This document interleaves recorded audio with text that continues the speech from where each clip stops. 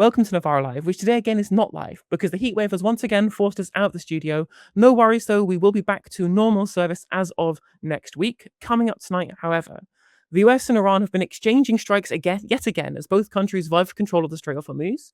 We speak to the Greens candidate Geraldine Coggins, who is hoping to fill Andy Burnham's shoes as the mayor for Greater Manchester, and Robert Jenrick has found himself in hot water over his finances. I'm Helena, aka NoJusticeMTG, and tonight, Ladies' Night has returned in online form with Dalia Gebrial. How you doing?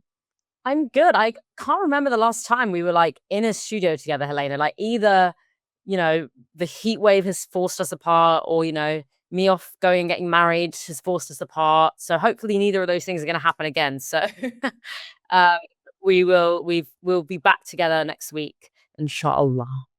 Fingers crossed, fingers crossed.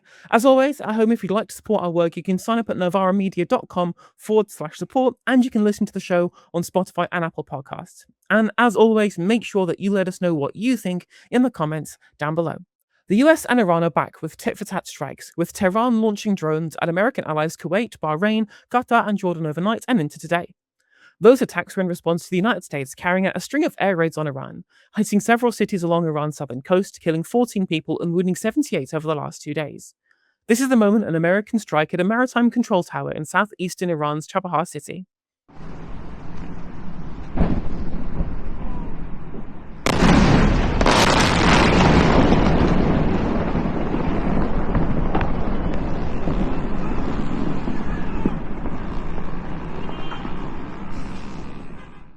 Now, as usual, at the heart of the latest outbreak of violence is the Strait of Hormuz, the ace up Iran's sleeve.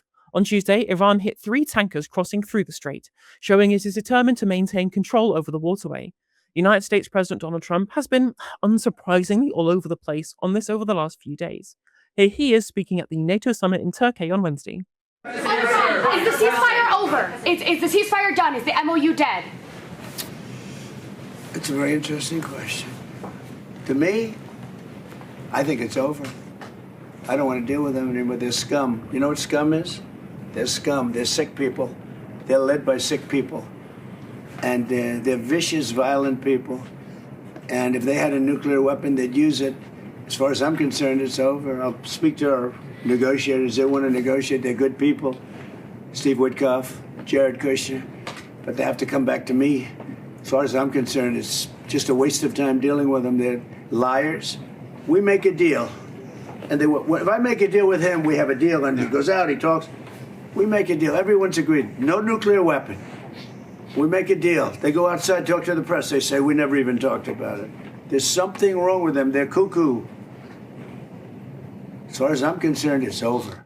They're scum. Do you know what scum is? They're scum. I'm glad that this guy is the leader of the free world engaging in negotiations with a country like Iran. Brilliant. I'm glad that's all going so well. Also very funny for him to somehow say that they're the ones who are a bit cuckoo, when, according to Drop Site News, the Iranian delegation were having people who were psychological experts along with them to make sure they knew that Trump was mentally sane. But, maybe that's just me. And there was also this little slip-up that he engaged in as well. We have an aircraft carrier, which is one of the most beautiful in the world. It's one of the biggest, the Abraham Lincoln. And 2 months ago, we had 100, I told this story yesterday, we had 111 missiles shot by the Islamic Republic of Japan. They were shot at the aircraft carrier over a period of about 1 hour. Later on his way home to the United States on Air Force One, Trump was back to saying a deal was on the table. Are we returning to a full-scale military conflict, sir? I don't know. I don't know. We'd win it very quickly. It's another way of doing it. We have many ways we can win, but we've already won militarily. They have very little left, and they want to make a deal so badly. They called a little while ago. They want to make a deal so badly. I just don't know if they're worthy of making a deal. I don't know that they're going to honor the deal. That's the problem. If they want to make a deal, why do you think they attacked commercial vessels? Because they're sort of crazy, to be honest with you. They're sort of crazy. They're a little bit out of control, but they want to make a deal. Badly. So the thing here is that Trump, for all his big talk, is more desperate to get out of this than Iran is. Iran's strikes on ships passing through the Strait of Hormuz are doing exactly what they're supposed to do, give Iran the biggest lever in the negotiations. Trump is essentially fighting to put things back the way they were before the US and Israel started this pointless invasion. But it's likely that Iran will come out of this with more control over the strait, not less. Dalia, what do you make of this tit-for-tat stuff? How long can it go on? Do you think there's a chance of a full-scale war starting up again? I mean, I think that it's almost impossible to predict. We're dealing with one especially deeply irrational actor here. So I would never put myself in a position where I'm making a concrete prediction.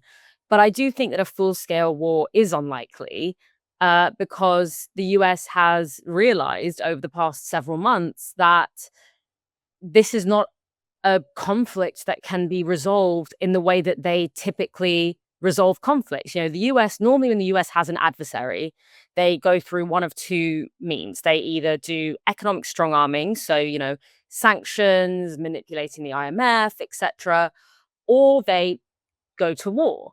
The first one, ironically, is not one that they have against Iran because Iran has been crippled by economic sanctions for 40, 50 years now, or 40 years. And so it has had to develop an economy that is able to exist independently of the global economy. So sort of the sanctioning and using global flows of finance to kind of strong arm the regime into doing something that you want them to do is not really going to work because it exists outside of that paradigm. And in terms of war, it has become very clear that because of the way that Iran has this is really in Iran's history, the way that Iran conducts warfare has always been through the use of these proxies and these leverages. And the past few months have shown that the Strait of Hormuz is an incredibly powerful leverage point that, again, cannot be defeated militaristically. So I don't think that, for either side, a war will really get them any closer to where they are hoping to get to. In terms of the sort of the tit for tat, I mean, yes, it does look like tit for tat from the outside, but I do think that something very serious is actually being contested here, and something very serious is being negotiated here. Because what we have to remember is that we are not in a permanent ceasefire right now. We're not in a settled state. We're not in a negotiated state. We are still in the middle of negotiations of what the future of this region is going to look like. The MOU that initiated the ceasefire, the temporary ceasefire, was a sort of hastily put together agreement to reopen the Strait of Hormuz to stop the entire global economy from collapsing. So it was, as I said, hastily drawn together. And there were some very key and very important points that were not clarified and not fleshed out. So the agreement said, that Iran commits to keeping the Strait of Hormuz safe, a safe passage. Now, to the US, this means that Iran will not attack ships passing through the strait. To Iran, this means, we now hold some kind of governance over the strait, meaning that ships passing through have got to notify us before they pass through. And so when ships pass through that have not notified the Iranian regime, it becomes seen as an act of aggression, and then Iran retaliates. So both sides here are essentially negotiating and testing the waters in a way that they are hoping will set precedent for a post-deal balance of power in the region. So it looks like petty bullshit, and in a sense, in many ways it is, but it is also very much about laying down the groundwork of what may be possible in a very serious way in the region going forward. Now, at home, Trump is staring down the barrel of midterm elections in November, for which campaigning is already getting going. And if the polls are suggesting that the Republicans lose control of Congress, it will affect his ability to pursue his agenda. Executive orders can only get him so far. With the war massively unpopular among both Democrats and Republicans, his approval rating is now down to just 34%, according to a June 23rd Reuters Ipsos poll. That is the second lowest of his second term. And the American public are very aware that their pockets are being emptied at the gas stations. This is all happening at the same time as a surge in support for the Democratic Socialists, as we saw in New York and Colorado over the last 2 weeks. And, according to new Reuters analysis, Trump has condemned communism 81 times since. Hardcore godless communists was a standout quote among the 81. But despite clearly being rattled by the Dem Sox, Trump yesterday told reporters why he's confident the Republicans will win the midterms. So we got it down, and it's a great question because that should have a huge impact on healthcare, because Prescription drugs is a big price, but prescription drugs have come down 400 to 500 to 600% under Trump. And that alone should win us the midterms. And the Democrats will terminate it and try and blame somebody else like us, as I call it, the Democrats.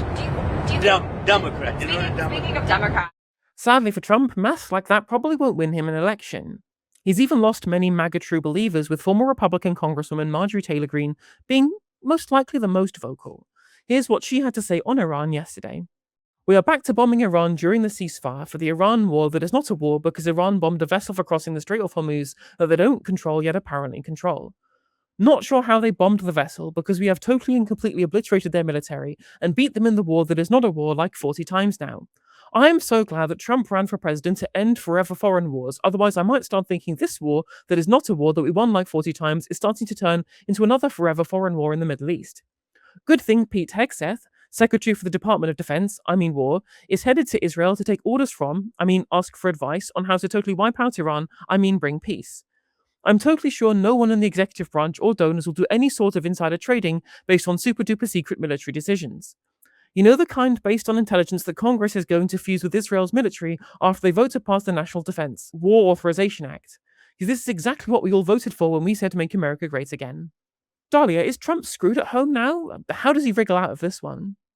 He's going to wriggle out of it the way that he's wriggled out of loss before. And I'm going to come on to exactly how I imagine he will conduct himself over the coming several months. I mean, Trump has been very deeply humiliated by what has happened with Iran. It has been a wholesale humiliation of the MAGA project.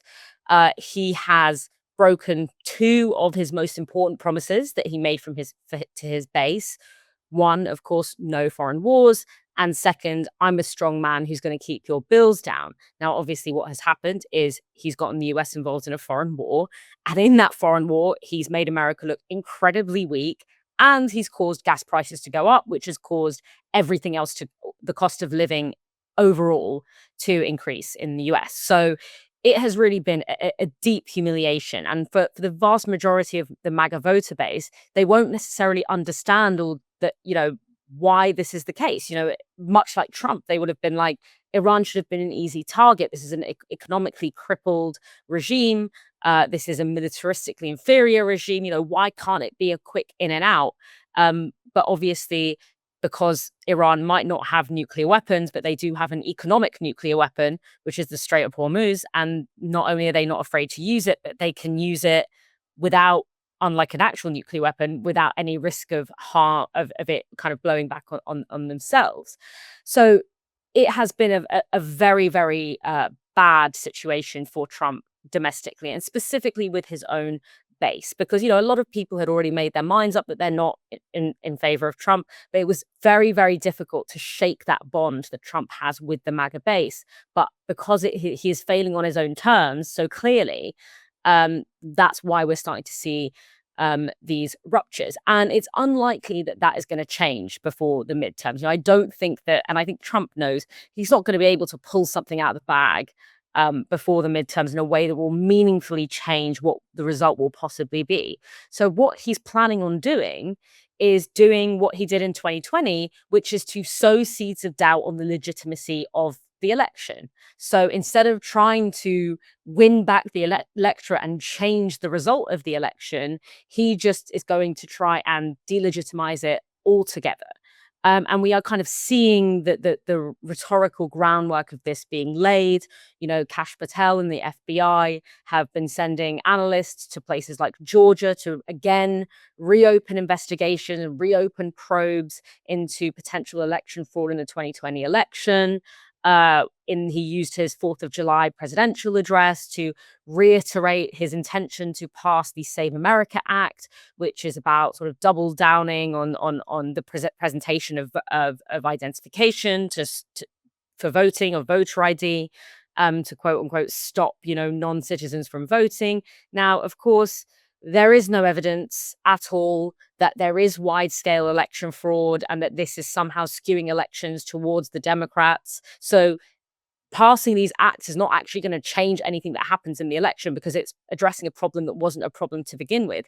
And if anything, there is some preliminary data that suggests that because more educated people are more likely to have proper identification, and education is one of the main differentiators between MAGA and non-MAGA voters, that if anything, it might even have more of an impact on the MAGA vote than on the non-MAGA vote.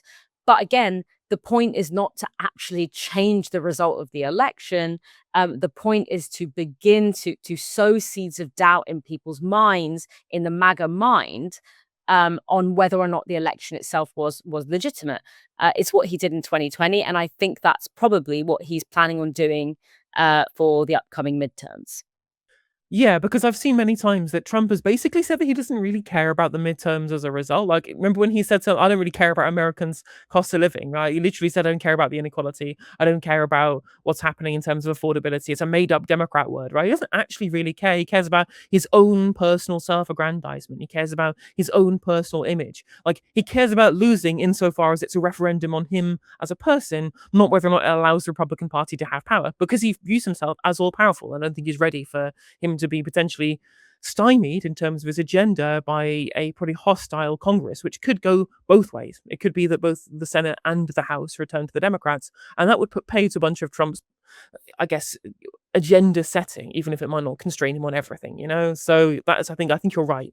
I think you're absolutely right in saying that this is about trying to sow seeds of doubt so he looks good in himself, rather than actually whether or not the Republican Party, who he's never really been wedded to other than as a vehicle for his own ego, to actually be successful in winning elections. I think you're right. Yeah, and I also, not to be a bootleg psychiatrist, that's not really my job, but Trump's biggest, deepest fatherhood wound is people thinking he's a loser, because his dad thought he was a loser.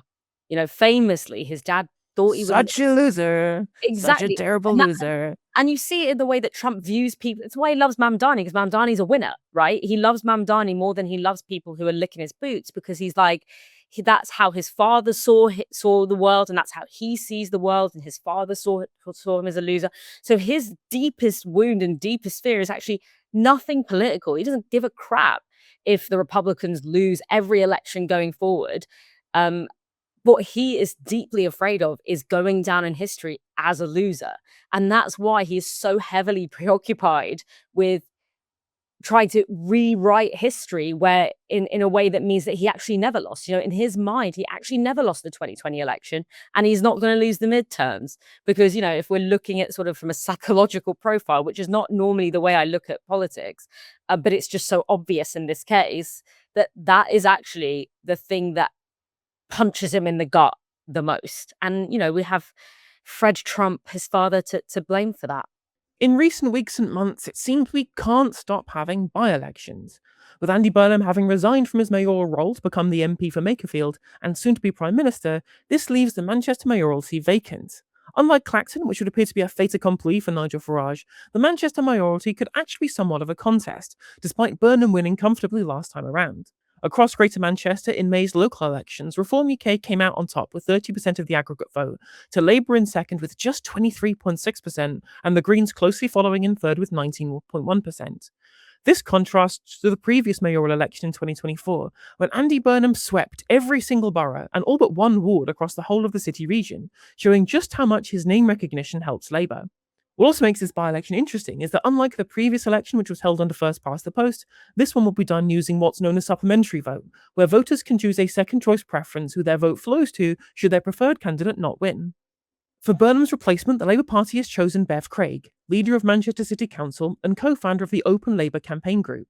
Reform UK's candidate and landlord of 17 properties, Sian Astley, has denounced Greater Manchester as Labour's one-party state, and has promised her day one priority will be to, quote, reveal the full story of the grooming gang scandal. The supplementary vote in this election, however, means that it will not be a two-horse race between Reform and Labour, as it was in Makerfield last month, and given the local elections, the Greens were really snapping at the heels of Labour in the vote share, while sweeping the tables on central Manchester wards too, which means it's probably anyone's game.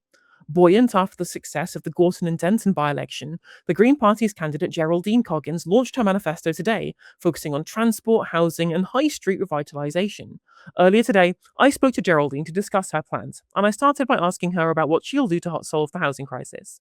People are really struggling to afford a decent home in Greater Manchester, as I think they are around the country. And we have 1 in 80 children in Greater Manchester growing up in temporary accommodation. And 12% of private renters are renting homes that have a Category 1 risk. Homes are not safe, secure, really basic stuff that everybody in our city region needs. And I think people really feel that Labour have let them down on this. We have seen £1 billion of taxpayers' money loaned out to these big developers building shiny towers and executive homes that most people can't afford to live in. You know, people in Manchester are paying 44% of their salaries in rent, and it's absolutely unsustainable. So I've got a plan to tackle that. I'm going to create 20,000 new genuinely affordable homes. We're going to build 10,000 of them, and we're going to buy, fix up, and retrofit another 10,000. And we're going to rent all of those out at genuinely affordable rents. And that means that if you are on housing benefit, you will be able to afford them. These are going to be permanent public assets. So these will be available for generations to come into the future, saving huge amounts of taxpayers' money. You know, we are spending a fortune on that temporary accommodation at the moment, and councils like my one in Trafford are on the verge of bankruptcy, and that temporary accommodation bill is one of the top issues up there. So we're here to end Labour's developer-led rip-off and, you know, reinvent a housing system that works for people in our city region, not for profits. With Manchester being obviously the country's second city, it's one of the fastest growing areas of the country in terms of the economy. Lots of people have kind of left more expensive areas like London to come and live and work in Manchester because of, you know, the economic growth that it's had. Given that new influx of people that are coming to the city, and not just to live in the city centre, but also to live in the periphery of towns around the city centre and the city region as well, do you think that an additional 10,000 homes is going to be enough? Yes, so this is 20,000 homes over 10 years. And one of the important parts about it is that because some of these are about buying, fixing up, and retrofitting, these will be turned around. Some of them will be turned around relatively quickly. So this is a plan, you know, this is a 20-month term for whoever gets this. So this is a plan to, you know, hit the ground running on day one, but also has a long-term vision and a plan for the next 10 years. Okay. Now, when it comes to transport, it's another area you focused on quite a lot in the manifesto. Now, the B network has been very popular and successful as obviously a project of the previous mayor under Andy Burnham. Now, is there anything about it that you think needs improving? Yeah, I mean, I really like what the previous mayor has done on transport, and I want to go further and faster on that. So in particular, I'm going to make all our buses free for everybody under the age of 22. And this is going to be a game changer for young people in our city region, helping them to get out and about, to work and education, but also to fun, because life isn't all about work and education. And it's going to create a generation of children growing up just using the bus as their default mode of transport. It's going to tackle our school run chaos. This will be a game changer for our city region. But also, the city centre has seen some really great transport innovations. What we've seen in the outer boroughs is not like that at all. You go and talk to people in Wigan, in Rochdale, in Bolton, and they are feeling very left behind. Again, they feel that Labour has let them down. So I'm going to create a orbital bus route that goes around the outer boroughs. At the moment, you've got to go into the city centre and out to get anywhere from A to B. And it doesn't work for people. You know, it works for the city centre, and that is all. So yeah, we're going to start some express bus routes, high frequency, getting around those outer boroughs, connecting our towns, breathing new life into our town centres. Now, when it comes to the periphery of Greater Manchester as a city region, obviously I've spent a lot of my time living in the northern quarter, but I've also lived in Levenshulme, I've lived in Whitefield, I've lived in Pendleton, places like that. The Manchesterism was what's been coined as the kind of the previous economic model that was run under the previous mayoralty. It had lots of wealth and growth concentrating in the city centre. Do you think that it's had the same effects on the periphery of the city region, or do you think we can do better? Absolutely not. Absolutely not. And even in the city centre, normal people aren't feeling it. You know, a lot of that wealth and growth has been siphoned off by those big developers, by big corporate landlords, often not even based in this country. And people in the city centre, people in Manchester are paying 44% of their salaries in rent. And Salford has seen the biggest drop in affordability in the whole country across the last 10 years. So people in the centre are being really hit hard. But, I was in Bolton the other day, a third of the shops there are empty. So I'm going to be starting an empty shops team. We are going to be giving the people the skills, the expertise, and the funding we need to really breathe new life into our town centres. Because I talk to people in those towns, and they remember how things used to be, and they remember the buzz and the vibrancy that there was in our town centres, and they feel absolutely left behind by Labour. So we're going to be earmarking £10 million just to support these town centres, to support community groups, to support councils, and even small businesses in renovating empty shops, getting them up and running, and really meeting the needs of our communities, not the needs of big business. And so, I'm assuming you've heard a lot of on the ground, from what I've heard from people interviewing, especially during the run up to the by-elections in Nickfield and in Gorton and Denton, that the state of the high streets more broadly was a real pressing concern for lots of people in this country. Again, it's not just a Greater Manchester problem; it seems like it's a problem everywhere. And is that kind of the main focus when you look at high streets specifically? Yeah. So high streets, I think, and our towns are a key issue. I'm a councillor in Altrincham, and it's held up as a flagship high street. So we know it can be done. I spoke to a business owner in Altrincham there recently. He said, people used to come into town to do their shopping, and they would maybe stop and get something to eat while they were there. Now people come into town to get something to eat, and they maybe pick up their shopping while they're there. It's the other way around. And, there's a lot of nostalgia about our high streets. What I'm interested in is not going back to the high streets of the past, but moving to the new high streets of the future.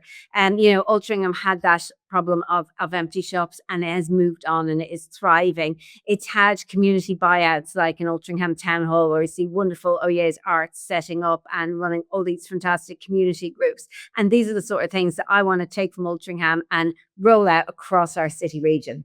Now, there was hustings last night, if I remember correctly. I think the Manchester Evening News gave you the highest score in terms of the performance of those hustings from any of the candidates there. What was the experience like? How did it go? Oh, it was great. I really enjoyed it. I do love a good hustings. Yeah. Lovely to meet loads of young people afterwards, hear questions from business owners from a really wide variety of people. And you could tell our policies were going down really well. And what did you make of the Reform candidate there, Shauna Slee?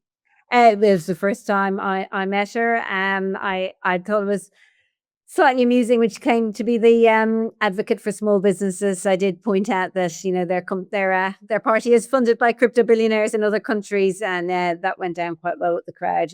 Not so well, I think, the Reform candidate. That's true. You've got Labour, the party that's hand in glove with the big developers, and Reform, you have a candidate who is part of the big developers as well. So that does seem like there's one choice if you want to look at something more kind of social renting kind of focused, I guess, when it comes to housing. One thing I would ask, though, obviously, when it comes to this election, I think you billed it last night as well, as being the Greens versus Reform UK. And now, of course, in this by-election, it is going to be done via supplementary vote because of a change in the rules, whereas previously first past the post.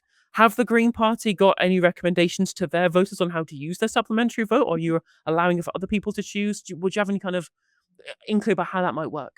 Yes, this election is about us taking Greater Manchester back from big power. It's about replacing Labour and standing up to Reform and creating the first Green Mayor of Greater Manchester.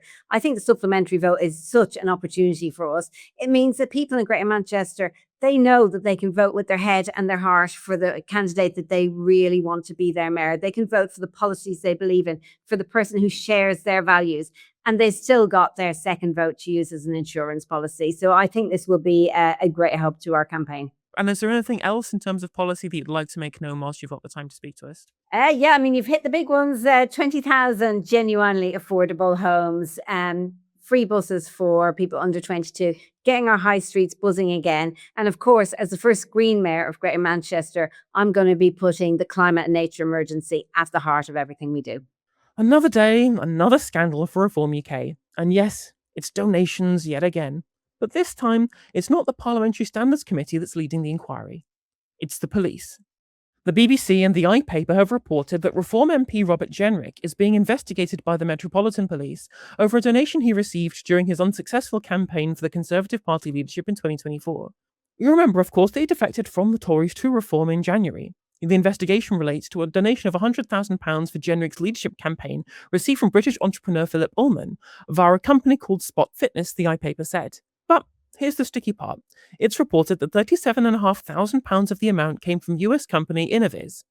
That company is owned by a business associate of Ullman's, Gary Klopfenstein. And Klopfenstein pleaded guilty to committing wire fraud in an unrelated case in 2024. So far, so potentially murky. Now, the reason the police are involved is that it is illegal under electoral law for British politicians to receive foreign donations. The Metropolitan Police confirmed it had opened an investigation connected to a political party's leadership campaign after a referral from the Electoral Commission watchdog, which had first looked into the accusations.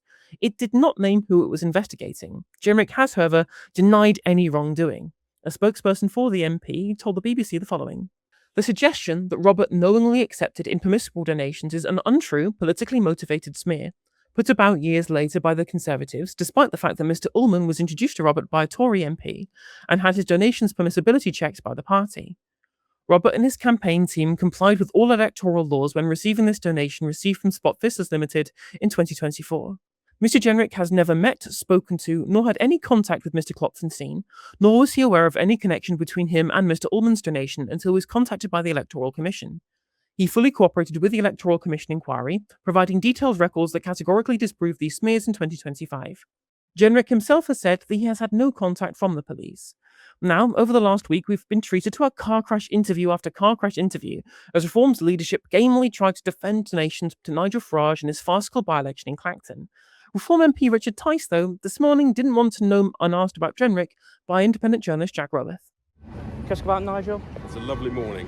Well, is Robert got ambitions to lead Reform one day, if you don't mind me asking? It's a lovely morning. I'm just getting ready for a meeting, if that's okay with you. Do you think... if you want an interview, then phone the press office and they could organise something. Well, right? the press That's office keep rejecting me, actually. Oh, that's a shame. John Gill is his name?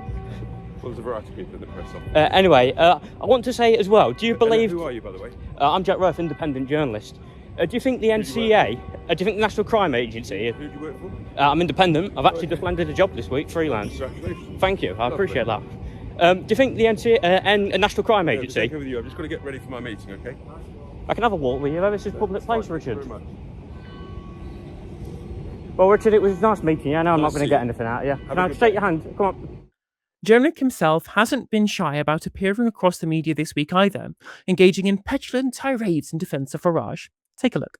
I hope that the people of Clacton will return Nigel. We don't know that for certain, but I hope that they will, and they'll do so by a strong majority.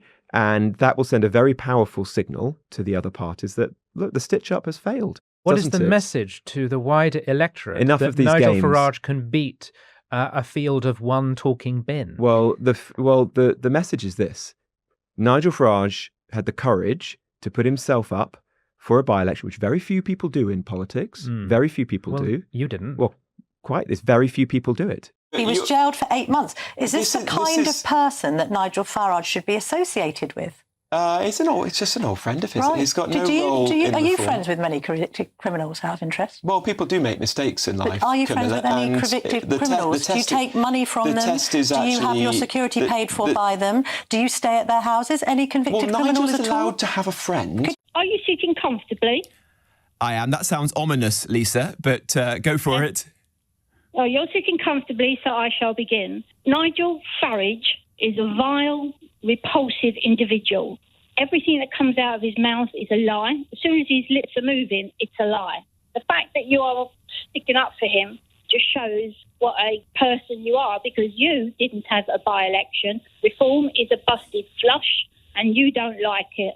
The problem is you forget that for 14 years you was on the Conservative side, and it was you and your cohorts in the Conservative government that have ruined this country. Let's watch the LBC clips there from Robert Jenrick being berated by members of the audience, and it reminded me of that episode of Alan Partridge where he's on the radio getting angry calls from farmers again and again and again and again and again. That's the only thing that can be reminded of. Like, Jenrick is really a politician with Partridge energy, with big Partridge energy. So Jenrick, as you can see in those clips, is not at all shy about having his arse handed to him, but he has been conspicuously quiet on this particular story so far. Dalia, now it's been an avalanche of problems for Reform right now. What does it say about the kind of people we're dealing with here? And is this the end? Is Reform a busted flush, as that caller said? Well, I think what was really put into perspective for me is how much they fold under the slightest bit of media scrutiny, and how free of media scrutiny they have been up until this point. This is the first time that we are really seeing Nigel Farage and his various political vehicles that have existed over the years being actually tested. It's the first time, at least since Brexit, that we have seen a serious testing of Farage and his various political parties by the press, and for incredibly legitimate reasons. I mean, the press are notorious for going after politicians for very spurious reasons, in many senses. I mean, all of us who witnessed the Corbyn era can attest to that there are, I mean, Corbyn had people digging in to find to get his ex-wives to say something, or his ex-wife to say something negative about him, and would try and run a mile with that. This is not petty gossip. This is talking about the actual breaking of important codes, the question of money in politics, the question of where does the loyalty of these politicians lie.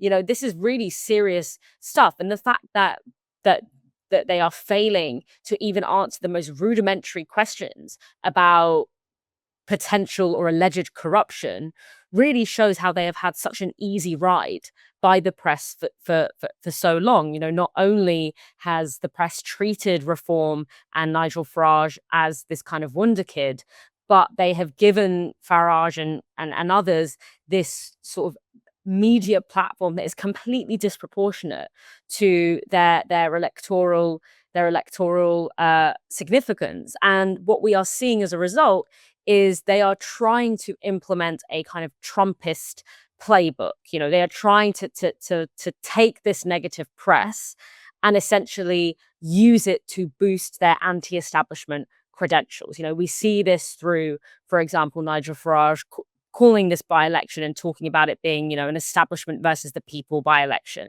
and trying to say, the media are only coming after me because I'm anti-establishment, or because I represent a threat to the establishment.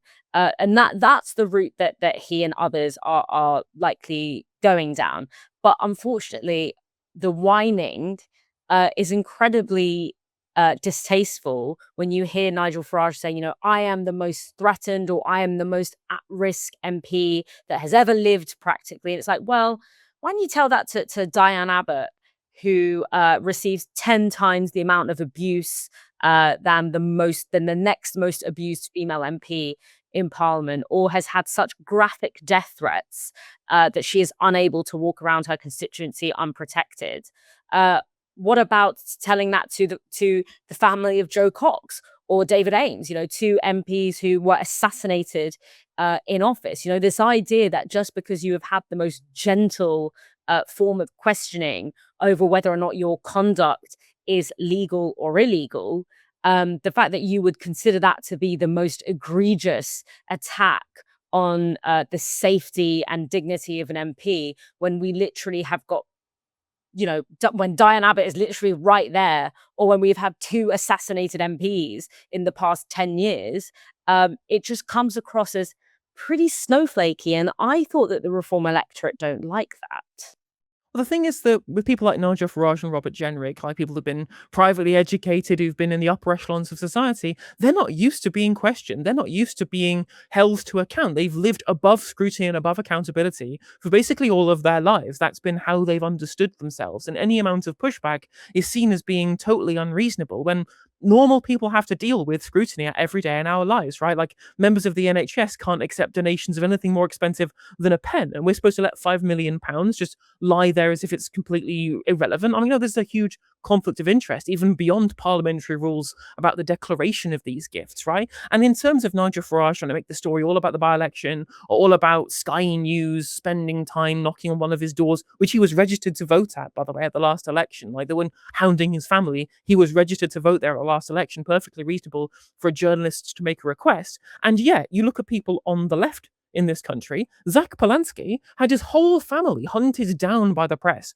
to try and dig up dirt on him as an individual. I know every single detail of Jeremy Corbyn's front door from day after day after day that he was doorstepped by the press all the way through both election campaigns, all of the Brexit saga, all of that time of politics was squarely focused on the front door of one politician. Nigel Farage throws a temper tantrum over one knock from one journalist one time at an address he was registered at as part of his multiple property portfolio that he has apparently. And I'm supposed to be on his side. I'm supposed to think that he isn't anything other than a whinging snowflake because of this. And again, this is because when you're accustomed to privilege, equality, and accountability, it feels like oppression. They feel like they're being hard done by being treated like literally everybody else. Yeah, you're absolutely right. And in a sense, these things are always bittersweet, Helena, for me, because yes, obviously, this is very serious. It is very serious, who funds our politicians and whether or not this is done in transparent ways and etc. But it is again frustrating that, Nigel Farage, who has whipped up so much hostility and division and hatred and has made so many people's lives in this country so much harder for no good reason. People who keep this country running, and obviously I'm talking about immigrants and the children of immigrants, people who keep this country running and has made their lives so much worse in this country, and not to mention all of the various ways in which he, if he was to get into power, would be planning on making working class people's lives a living hell, whether it's through ripping up our employment rights, whether it's through privatizing the NHS through the back door, whether it's through crippling the welfare state. I wish that those were the kinds of things that could sink a politician. I wish that those were the kinds of things that the press really hounded our politicians about, of like, how is your worldview and how is your politics actually going to shape the lives of working class people in this country? And I always find it quite frustrating that the things that the press do take the politicians to task on tend to be these kind of, in the grand scheme of things, not as significant in my view. But I think this story does tell us something bigger. There is a bigger story within this sort of £5 million, which is a lot of money to someone like you and me, but in terms of the amount of money that's moving around in these kind of circles is kind of a drop in the ocean. The nugget of story within that is that the person who has fraudulently positioned themselves as an anti-establishment candidate and an anti-establishment politician is actually the most establishment of them all. He is one of the most, the one that most represents existing vested power and vested interests. And we can see that both in the fact that he is so flushed with money. People who are genuinely anti-establishment, people who are genuinely, counter-hegemonic, to use a kind of technical term, don't tend to have like billionaires and millionaires lining up to get them into political power. And also through the absolute sensitivity and shock that he displays at being treated like a normal member, like something approaching a normal member of the public when it comes to accountability, is such a shock to his system. The broader lesson here is that Nigel Farage is not just the establishment. He is like in the most protected, at the heart of some of the most vile parts of the establishment. I'll finish off by saying one thing that really makes me angry is the hypocrisy. Now, I know it's not a real argument to point to hypocrisy, but he is hypocritical. Like, talking, as most right-wingers do, about supporting things like law and order. Like, Nigel Farage stood up at a podium, which literally had "Britain is lawless" written across the front of it. And whilst, of course, he hasn't broken any laws, not that we know of, and obviously Robert Jenrick has only been accused of being investigated potentially about whether or not things were legal, George Cottrell is a criminal. He did commit crimes. He is literally part of the whole lawless parts of Britain. But because it's white-collar crime, it gets washed under the rug, right? Because it's white-collar crime, no one pays attention. And yet we focus on blue-collar crime in this country heavily, and he continues to do it, despite the fact that that's going down. The only kind of crime that's really increasing in this country is fraud. And that's a white-collar crime, right? That's where a lot of the crime happens in this country, is fraudulent activity, And the idea that somehow we should ignore this because it's when posh people do it is exactly what the establishment want. It's exactly what the establishment want, to take our eyes away from the kind of crimes that the rich do and then focus entirely on the people who are driven to crime through poverty and desperation. Now, thank you very much, Dalia, for joining me tonight. Thanks for having me, Helena. Always good to have Ladies' Night back, even if it is done remotely. And thank you everyone for tuning in at home as well. Come back tomorrow for another show from 6 p.m. For now, You've been watching Novara Media. Good night.